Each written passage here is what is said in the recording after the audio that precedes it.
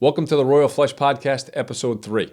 In this episode, myself and Kyle cover a few topics here at Royal Flush, specifically the purchasing of a new piece of equipment, a new trailer, covering a large-scale project that we're doing coming up later today, which is very exciting. We also talk about some ins and outs of the podcast and what's coming up on our next episode. So check it out, take a listen. Hope you like it. All right, so some big developments going on at Royal Flush. Always big stuff happening here, Kyle. Episode 3? This is gonna be Episode 3, yep. All right. So we recently just got the new trailer. We did get a new trailer, It's out in the shop right now. Mm-hmm. What was the thought process behind that? Okay, so I think I want to start the story and maybe try and relate to just maybe other businesses, right? So we at Royal Flush have a lot of cool, unique, different type of equipment. You know, as part of our budgeting every year, we try to plan and allocate, hey, we need A, B, and C. This is how much they're going to cost, build it into the budget, spread it out, right? Really allocate our money. But as we know, anybody who runs a small business, anybody in a trade, a tool might break, a piece of equipment might break down, and you have to make a decision on how you're going to move forward, either to replace that, to maybe eliminate that from your arsenal, to buy something, to finance it, right? How are we going to do it? So that was a scenario that we came across this year. We had one of our main trailers was a 16-foot tow-behind trailer that we do a lot of our prep equipment in. We've had the trailer for 7 years, and we realized, unbeknownst to us, when one of our trucks was traveling behind it, that the suspension, the undercarriage, the structure of the trailer was deteriorating. We didn't even know it. So we brought it to a mechanic to take a look at it, and it turns out that the metal, the welds, everything is deteriorating, cracked, and broken, and basically it is really, really unsafe to have on the road. So this was not something that we planned or budgeted or allocated for, right? So now, anybody who's bought a trailer anytime soon, much like a lot of things, they've almost doubled in price over the last 4 or 5 years. And so we had already purchased a new trailer earlier this year that was planned and allocated for. So now we had to sit down and have a conversation about how are we going to attack this. It wasn't really an option for us to eliminate the trailer from our fleet. We had planned to kind of break our teams up into 2 different crews to try to separate our workforce and be more productive and kind of have a prep team and a lining team. And so we knew that we wanted to have this trailer, but now, of course, how are we going to come up with the funds? And more importantly, what are we going to spend on this? So probably in a pretty poor decision, we decided to pursue a cheaper option, right? And what do they say, Kyle? You get what you pay for. Yeah, exactly. Right? So we had bought the trailer from somebody in January, and we were very happy with it. The quality, the performance, the size of the trailer was amazing. But that trailer, all in, from purchasing of the trailer, fitting it out, to wrapping it, was over $22,000. So Mark had done a lot of research and a fantastic job at some other options of trailers to buy a trailer bare bones that was $10,000. This is going to be a little bit smaller in size. We still had to fit it out inside to customize our needs. We're still going to get it wrapped because we do that with all our vehicles and we're popular with our branding. But the goal was maybe, hey, this trailer all in would be about $15,000 and save us about $7,000. Yeah. So we found it online, went to this distributor, had it delivered, and the thing was a hunk of junk. Okay, the roof was patched and caulked and puttied. It looked like, Uncle Bob, built the roof in his backyard. It just, the quality of the trailer was not there. And we had realized from the paperwork we signed, we gave him a deposit, that it said the deposit was non-refundable. However, we were not willing to keep this trailer. It wasn't even an option. The quality of it was so underwhelmed us that we said, you know what, we'd rather lose our deposit, because this is the trailer that we're not going to put on the road. It didn't meet our standards. So that was an equally tough decision, but that at this point we realized, you know what, not that we were cheaping out, we were trying to work within a budget that was appropriate. However, when you look at a lot of things, and this really is our philosophy, and when we look back, we said, you know what, we probably shouldn't have done it in the first place. Buy the right tool for the right job at the right time, and usually that is going to be the most expensive tool. Now, this trailer had lasted us 7 years already. And with our new shop being able to store all of our equipment inside heated, we have no doubt that this new trailer is going to last 10 years. The new trailer that we ended up getting that we are happy with the same brand and quality before ended up being $15,000 bare bones. So there's a $5,000 difference. Okay. $5,000 spread over 10 years that we think is going to last us works out to be what? Do that math for me, Kyle. I just did the mental. It's probably like $20 a month. Okay. Yes. Not even, right? So 5 divided by, so that's what? $2,000 a year. We could do the math. We're going to divide that, I don't know. We're talking probably like $1 a day, right? Yeah. So it's such a small amount that, again, whenever we purchase things for our business, we're usually, we're too hyper-focused on what that top amount is. But when you spread it out over a period of time, or you really look at something that way, we knew this, and again, we're kind of kicking ourselves in the butt. Get the best quality that you can afford at that time, and it's going to tenfold repay you back throughout that 10 years. We're going to make so much money off of that trailer in the 10 years. It's going to be laughable.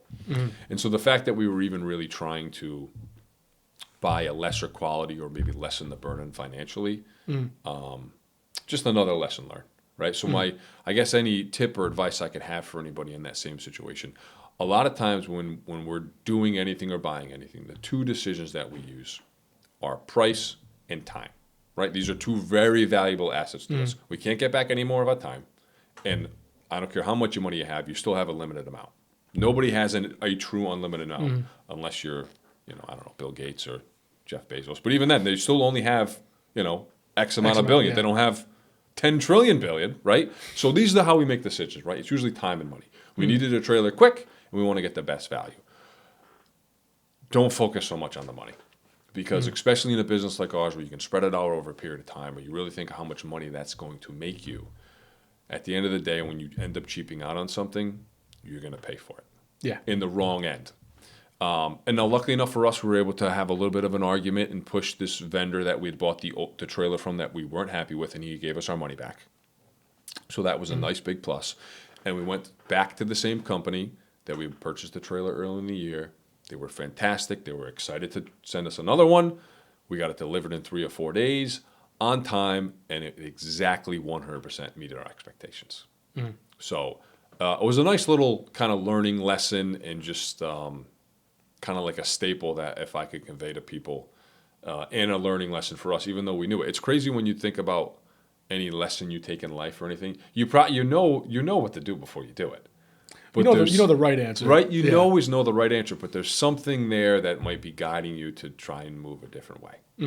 And so for us, moving forward, if we ever need another trailer, which we will because we're growing, we now have a vendor and a supplier that we're comfortable with, that we love the performance, that we've clearly built a relationship with, and that we're going to go to every single solitary time so we don't come into that situation again. So. Is that trailer being wrapped as we speak? I didn't know. No, it's still back there. So the guys finished building it out last week, and it's not a high-tech build-out. We're doing plywood shelves and nooks and crannies for all of our prep equipment and jackhammers and wheelbarrows and tools and shovels. And the goal is, I believe, at the middle of next week, that's going to get sent to Lee, who's our graphic design wrapper. If you've ever seen our Royal Flush vehicles, hopefully you've seen them around town. We take a lot of pride in that brand and that logo and that really high-resolution visual effect. And they're all custom branded, so they'll basically have another new big billboard out in the street, driving down the highways and parked when we're doing a project, so you can see us and you know what we're doing. And what's in it? Is it Higher Graphics? Yes. That's the name of the company? Yep. So I went there when the trailer in January was getting wrapped just to get footage and pictures and everything. They're legit. And I didn't realize the amount of detail that goes into something like that. Yeah. Obviously the graphic design and everything obviously has to be high resolution and all that. But the amount of detail to get all the air bubbles and out and make sure, everything is cut to the. Yeah, it's a really cool process. It's unreal. For me, the craziest thing is the washing of the vehicle. You don't that trailer needs to be. There cannot be an ounce of dirt or dust that's on there. So we have to wash it before we go there. But then basically, he specifically details the trailer. And then he prints these off on this big fancy printer in sheets. It'll be like a 3-foot wide sheet. Yep. And he puts it on there, and he has to work around every rivet, custom cutting, and so that trailer is, I think it's 18 feet. That'll take him 3-4 days. You know, he's working 25, 30 hours to get it specifically, meticulously perfect. But again, for us, that's something that we're not willing to skimp on. We did it once. We saw it. First of all, I think it's so powerful because it looks awesome. It does. But that wrap is going to last 10 years. So again, you know, if that wrap ends up costing $5,000 over 10 years, I mean, it's such a small amount of money to have this, you know, driving 360 billboard down the road. Yep. Now, as you know, I always say our goal is to have every single person know about Royal Flush and what we do. And so we're going to wrap all our vehicles. We're going to brand everything that we do cohesively so everybody can see it, or at a minimum go, hey, what do those guys do? That's a pretty cool looking vehicle. Yeah, especially with the tartan and everything. It's a very, very cool design. Now, you guys mentioned using the old trailer for almost like billboard space. Yeah, we're not really sure what we're going to do with it now, actually. We might end up giving it to a family friend who actually has the need for it to be kind of storage for something. But yeah, we're always kind of debating here around the shop. You know, we've got a cool sign on the front door, but is there something a little more we can do on the street to have more of an actual billboard or a signage? Again, you know, that road that we have is what we call the cut-through road here in Seekonk and East Providence. A very, very popular high-driven road, and so we just want as much visibility as possible. So we have not made a formal decision on that yet. Yeah. And then I was talking to Mark. He said, what was it, just like the undercarriage of that trailer was just like almost hanging by a thread? Yep, just rusting and deteriorating away. So another really amazing thing about the new building and that structure that we're in is, you know, once we saw it and we looked underneath it, it scared the crap out of us. But you don't realize how much wear and tear these equipment and these vehicles are taking. You know, at our previous location on Route 6 in Seekonk, it was just stored outside. So you think of the rain, the snow, the salt, the temperature changes. Yep. You know, those are literally just eating away at the metal. And this vehicle and trailer is used every single day and literally brings our equipment. If we didn't have it, we couldn't do our job. Our equipment wouldn't be able to fit in a standard vehicle. We wouldn't be able to take it to the job. Whereas now we have a 5,000 square foot heated indoor warehouse space. So the longevity that we're going to get out of this, we're able to wash and prep and clean the vehicles more often, and then we can store them inside. So in the wintertime, you know, that trailer is not 7 degrees. It's stored at 65 degrees. Same thing in the summertime. So we're going to really prolong the performance and the life of all of our assets now that we have, and that's what this trailer is. It's an asset for the business. Yeah, no, I mean, that's exciting too as well.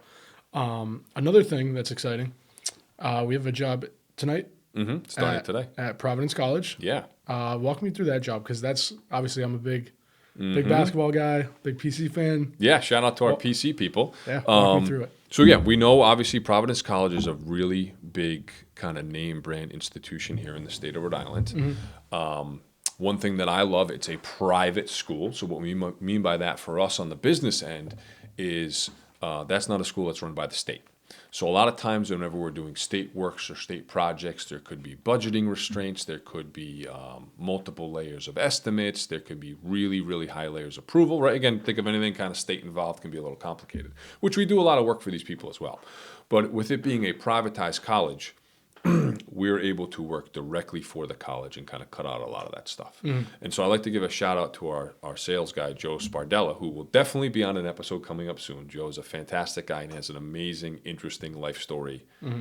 Traveled a lot of cool places, worked at a lot of cool different jobs. Joe, I think, will be an amazing episode. Definitely. Joe did a great job. So the kind of origin of this project is Joe doing what he was hired to do and doing what he does great, literally cold calling on Providence College. And so I remember him calling me and literally saying, John, I've been on the campus for 8 hours. And I was like, Joe, what the hell are you doing? He goes, I'm literally trying to find out and understand what's going on here, who's going on, and where to go. And so he's literally popping in every building. Hey, I'm looking for the maintenance director, the facility director, an engineer, a head of sewer here on campus. So he's just asking questions to everybody, which is what he's great at. And so we finally found an interweb of, hey, you know, the warehouse shops in the back, and these guys do this, and these guys do this, and there's plumbers and engineers and maintenance guys and all these type of people. And he was able to secure us a meeting, a face-to-face meeting. And Joe came in and said, John, I want you to come to the meeting, because Joe had been working for us maybe 4 or 5 months at the time and done an amazing job of getting up to speed on our technology and what we do, and he's great at it. He can sell it to anybody. But a lot of times when you get these other people involved, they're going to want some pretty high technical information or maybe ask some specific questions. So Joe asked, hey, John, could you come to the meeting with me, help facilitate some of the information? I was like, of course, absolutely, no problem. So we were excited. We went to the meeting at PC, and we sit down in the room, and there's 11 people in the room.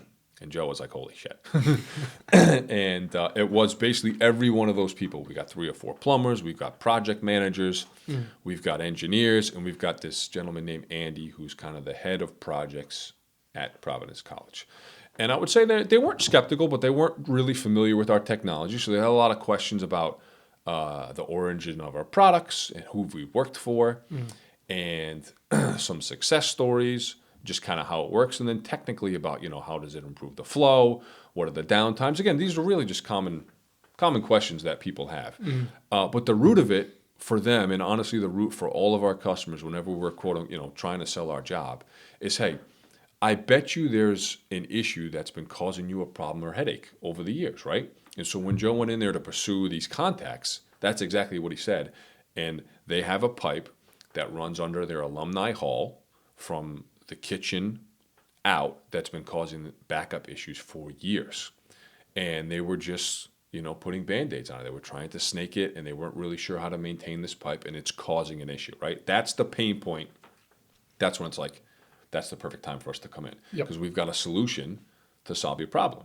And so we left that meeting, and I said, hey, listen, all we're asking for you guys is to give us an opportunity to come in and take a look at that pipe and see if we can offer you a solution. And then we can give you a comprehensive estimate and go from there. So they were like, of course, that's more than a fair ask. So we sent Mark and our guys out there to take a look at the issue. We uncovered what was going on. We said, without a doubt, this is something we can help you solve. And from Joe calling on the customer till tonight, it was probably about 3 months. Right? So that's that process of meeting, finding out who the decision maker is, getting a face-to-face meeting, looking at the problem, submitting an estimate, getting approval, and scheduling the job, right? So that's a pretty long lifespan in a lot of things. And so we're going there later this afternoon to start our cleaning and prepping process. We dedicated 2 days for the job, 2 evenings. And if everything goes smooth, our guys' goal is to bang the whole job out tonight. And so we're very excited about it. We think that working for them can not only open the door to many, many jobs in the future with them. And what I say to customers, a price wasn't a huge potential issue on the job, but of course, like we just talked about, price is a part of the decision-making process.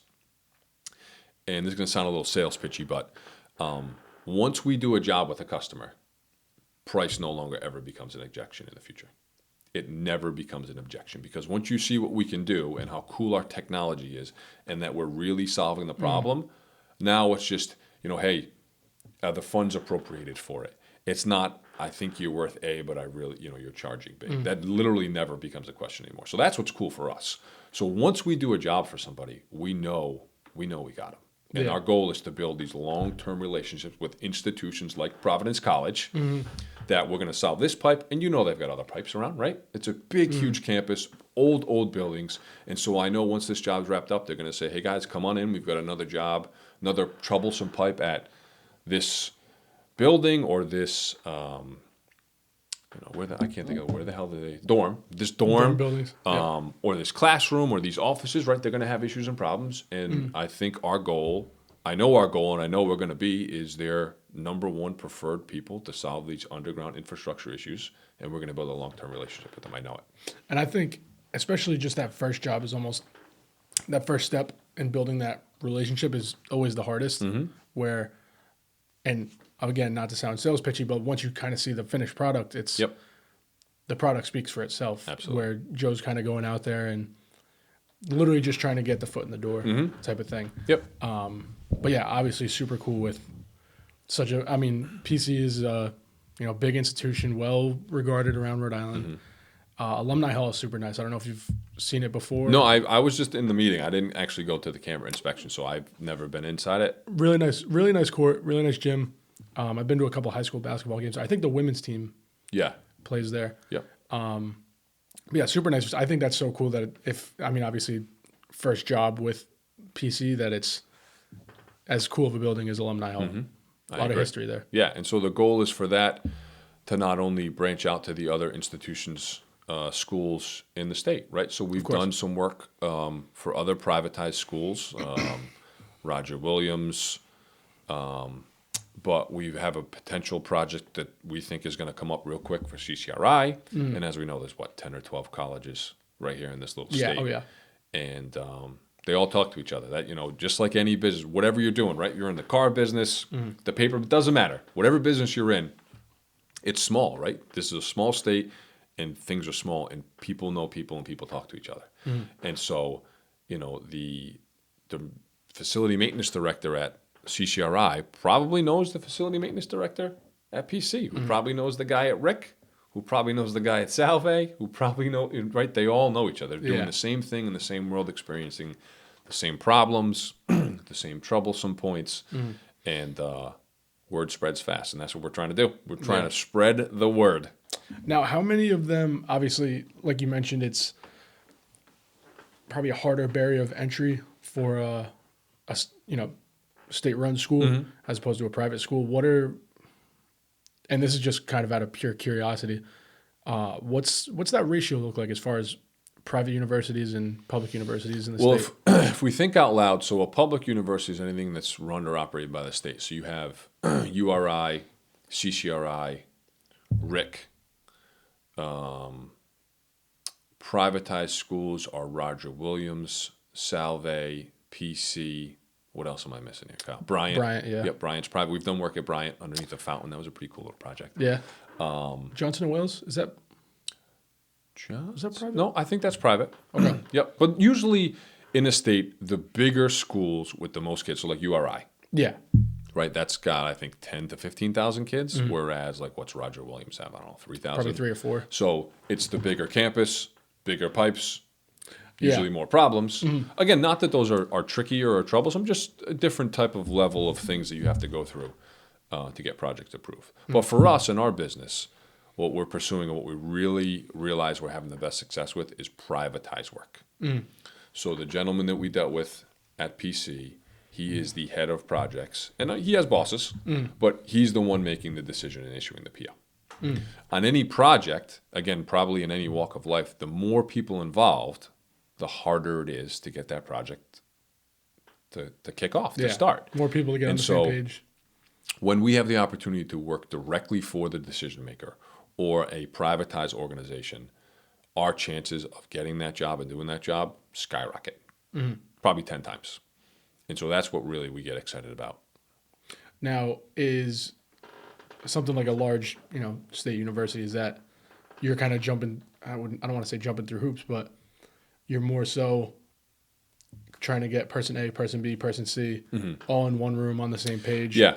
I guess more hoops to jump through is the right word here. Yeah. And again, for us too, not that we are shy of any sort of competition at all, but those are usually, it's got to have 3 bids, it's got to be presented to a place, because that money is coming from the government.